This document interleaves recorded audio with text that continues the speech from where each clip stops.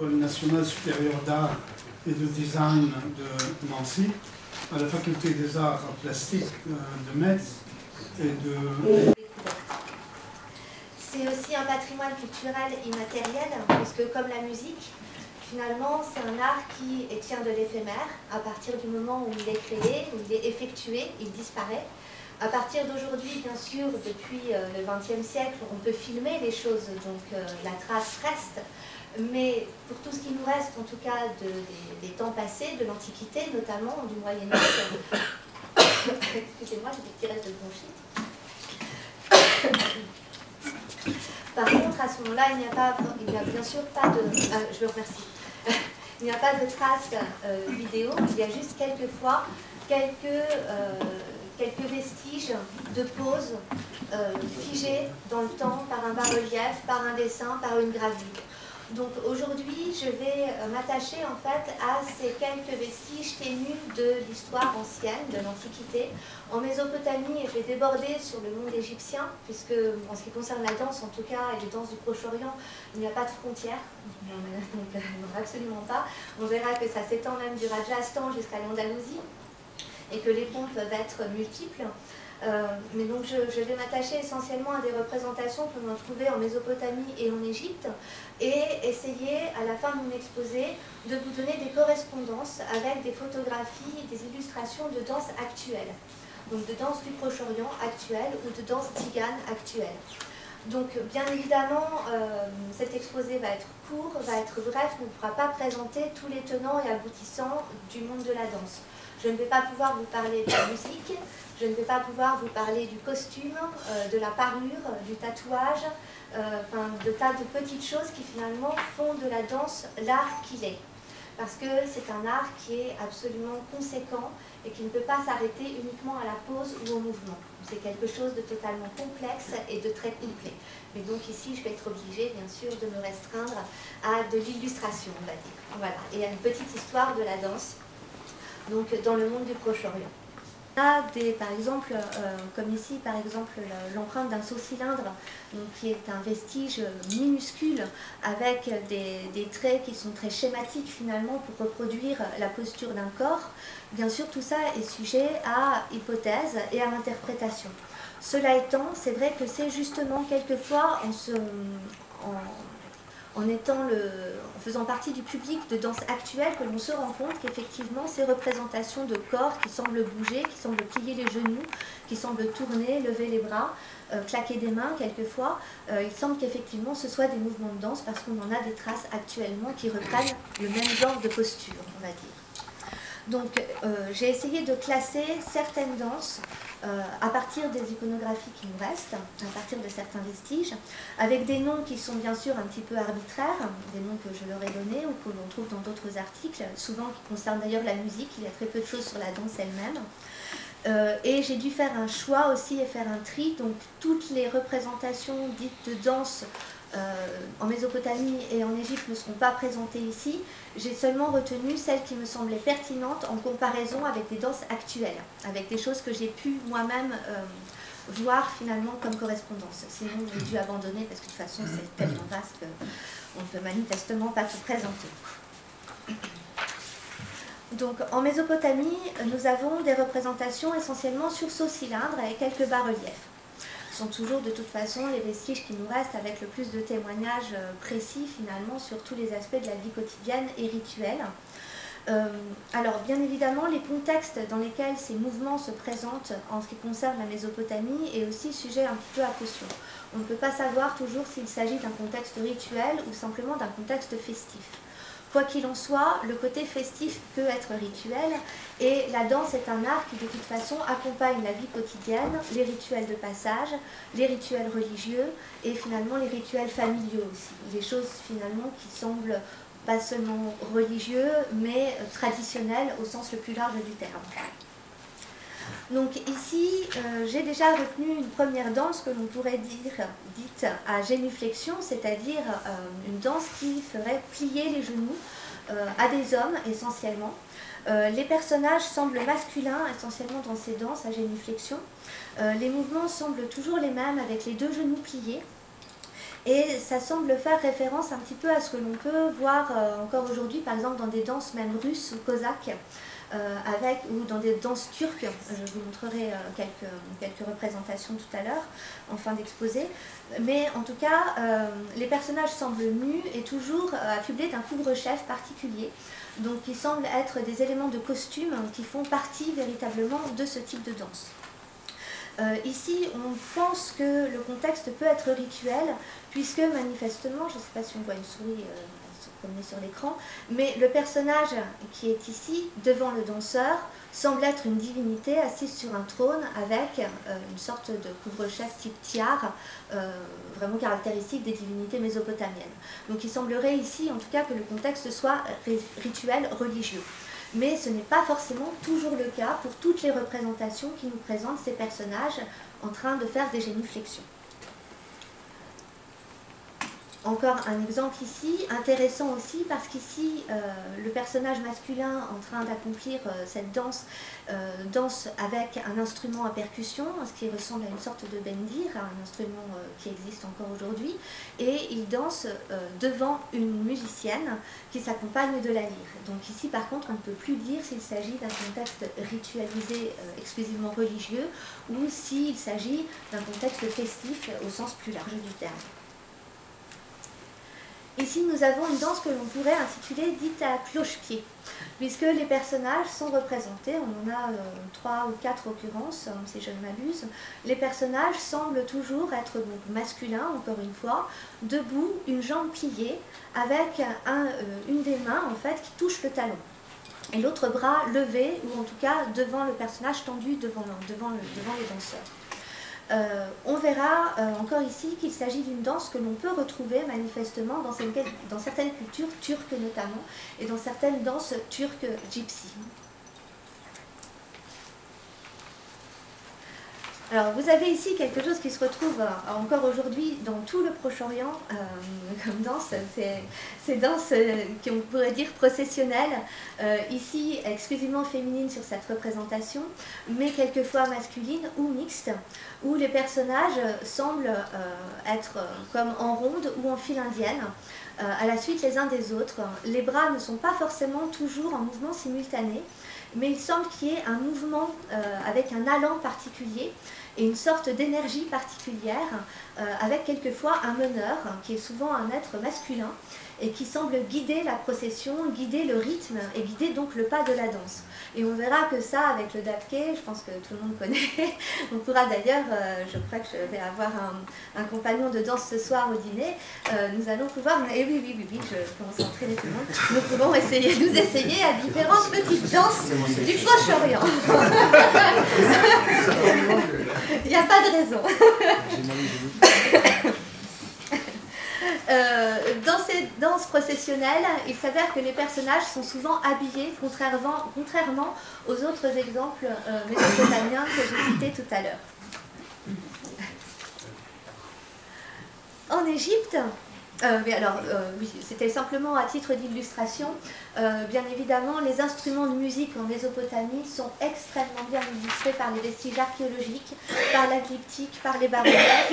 Donc je ne vais pas revenir dessus, mais à chaque fois c'est un ravissement pour les yeux en tout cas, et on peut se rendre compte de ce que sont vraiment, non seulement l'instrument de musique lui-même, mais en plus toute sa parure et tout son sublime.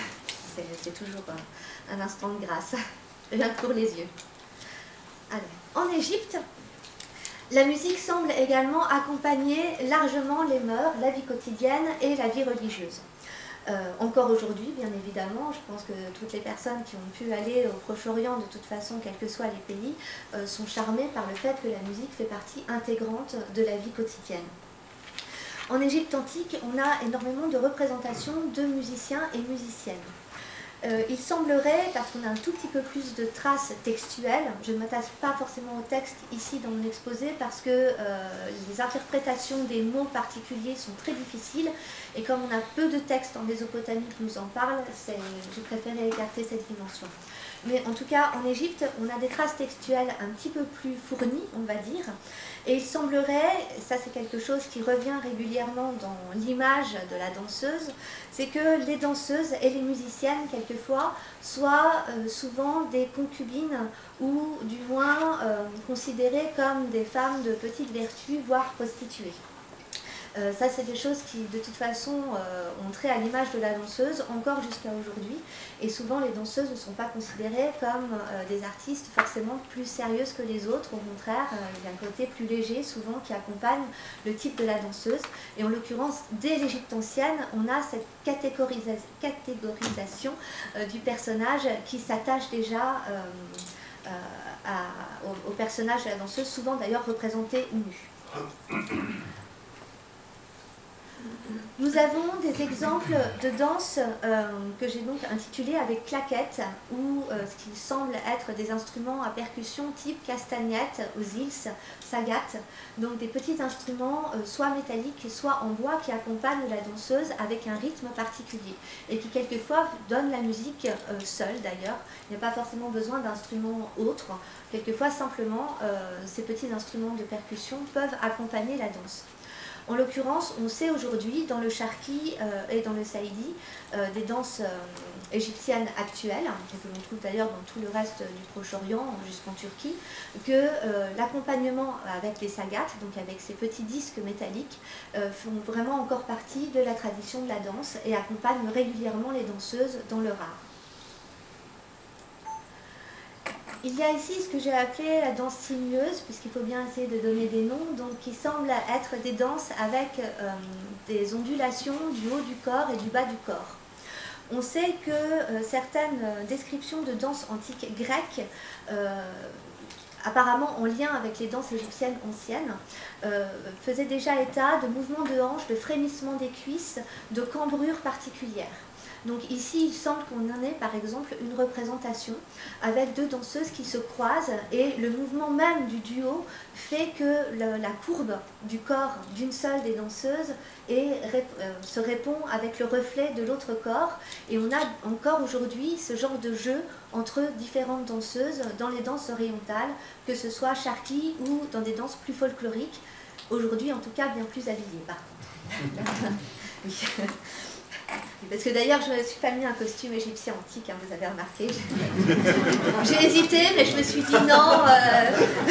Après, on a une visite de musée, il faut faire des choix, je ne peux pas tout montrer.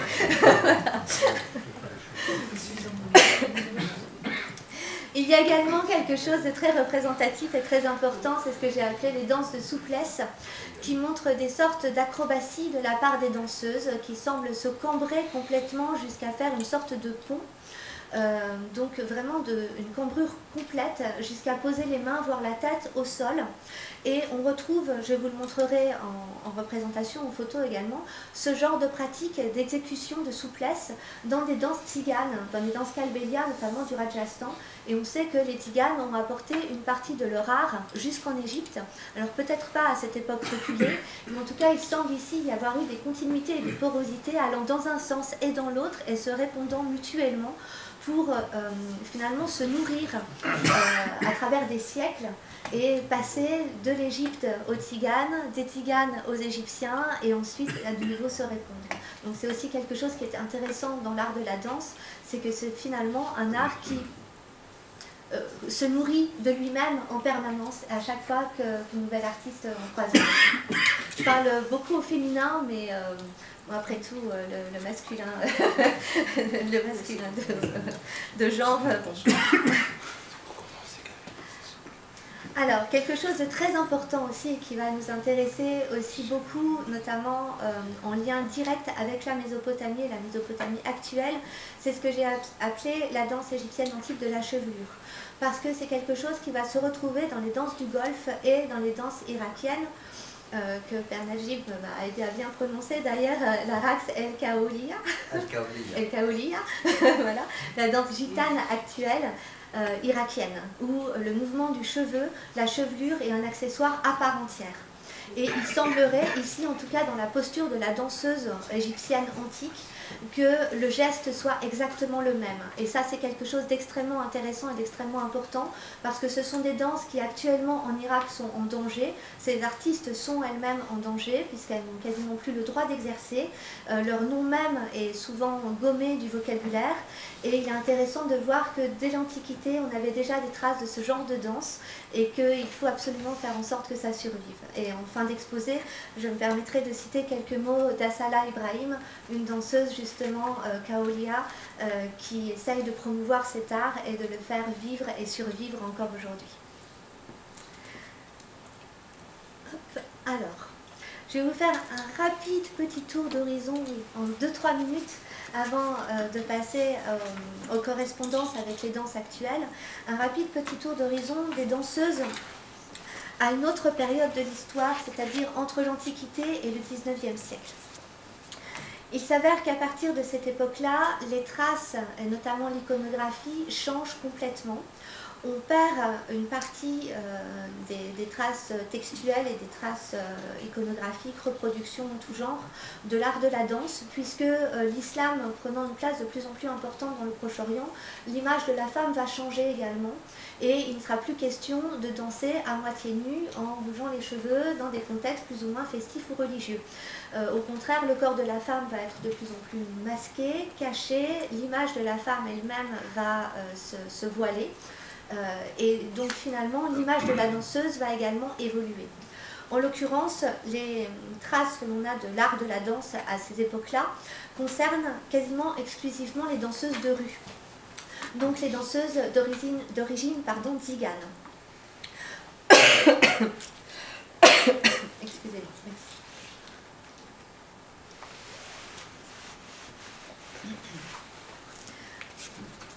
On sait que des tribus tziganes auraient quitté l'Inde dès le 5e siècle après Jésus-Christ, apparemment chassées des cours indiennes pour cause de vols, racolages et autres malversations. Et donc ces peuples du voyage ont commencé justement à voyager et à s'implanter dans tout le monde proche-oriental, déjà oriental puis proche-oriental. On sait aujourd'hui qu'il existe encore une communauté tzigane, les Kalbelia au Rajasthan, très implantés, qui font partie d'ailleurs de la caste des intouchables, où les femmes dansent et ne vivent que de la danse. D'ailleurs, les hommes chantent et les femmes dansent. Et on sait que les Kalbelia ont participé au voyage de la danse et à son implantation jusque dans le Proche-Orient et même jusqu'en Andalousie. Les termes qui concernent la danse en Turquie et en Égypte sont directement rattachés aux tziganes. Par exemple, les rawazis, donc les danseuses tziganes égyptiennes, qui n'existent plus aujourd'hui d'ailleurs. La dernière danseuse, Razia, réellement connue en tant que telle, est décédée il y a quelques dizaines d'années, je crois, une vingtaine d'années, il me semble. Mais le terme rawazi signifie étranger ou envahisseur. Le terme turc singele pour les tziganes concerne aussi la danse. Donc, en tout cas, l'art de la danse et l'art des tziganes est intimement lié. Et en l'occurrence, étant donné que les femmes dans le Proche-Orient, que ce soit dans l'Empire ottoman, que ce soit en Égypte, que ce soit dans le Maghreb, que ce soit en Irak actuel, les femmes étant souvent justement voilées étant justement voilées et restreintes à un endroit qui leur était dévolu et dans lequel les hommes n'avaient pas le droit de pénétrer, forcément c'était les danseuses de rue qui étaient invitées à danser pour les hommes et pour les femmes aussi d'ailleurs, qui assistaient aux danses des danseuses de rue mais par l'intermédiaire de moucharabiers ou de cloisons assez fines, et qui ensuite ont nourri leur propre danse pour en créer une nouvelle. En tout cas, ces danseuses de rue sont connues sous différents termes et avec différentes connotations selon les pays. Donc nous avons les rawazis en Égypte qui étaient considérés la plupart du temps comme des prostituées, contrairement aux almées qui étaient considérées comme des courtisanes un petit peu plus éduquées, justement aussi liées à la musique, à la poésie. Mais généralement, malheureusement, ces danseuses étaient considérées comme étant souvent de petites vertus. Alors voici justement le portrait de la dernière danseuse Razia connue, qui faisait partie d'une famille de Rawazi, une famille de danseuses tziganes. Et elle a essayé de nourrir son art jusqu'au bout et encore à un âge avancé, je crois qu'encore à 75 ans, elle dansait encore. Et elle a essayé vraiment de continuer à faire vivre l'art de la danse vraiment jusqu'au bout. Et ça, c'est des artistes absolument fabuleuses. Alors, juste un tout petit mot sur les danseuses Ouled Nail qui font partie d'une communauté algérienne et qui étaient justement, comme d'ailleurs les Rawazi, très habillées. Donc contrairement aux danseuses antiques, égyptiennes antiques notamment, les costumes étaient au contraire très chargés. Mais en l'occurrence, ce sont les Européens qui, à partir du 19e siècle, après les conquêtes napoléoniennes notamment, qui découvrant l'Égypte, découvrant le Proche-Orient, ont découvert des danses avec des mouvements de bassin, des mouvements de buste qui étaient totalement inconsidérables et merveilleux en Europe. Enfin, c'était impensable. Et donc, ils ont progressivement fait dénuder les danseuses jusqu'à finalement les faire danser nues. Et on a des témoignages, par exemple, de Colette ou de Flaubert, qui, lors de leur voyage en Égypte ou au Proche-Orient, ont demandé d'ailleurs aux danseuses de se dénuder pour voir mieux les mouvements, en fait. Et c'est pour ça que les costumes se sont... là, pour le coup, oui, forcément. Mais bon, parce que ça intriguait aussi les femmes corsetées européennes. Voilà.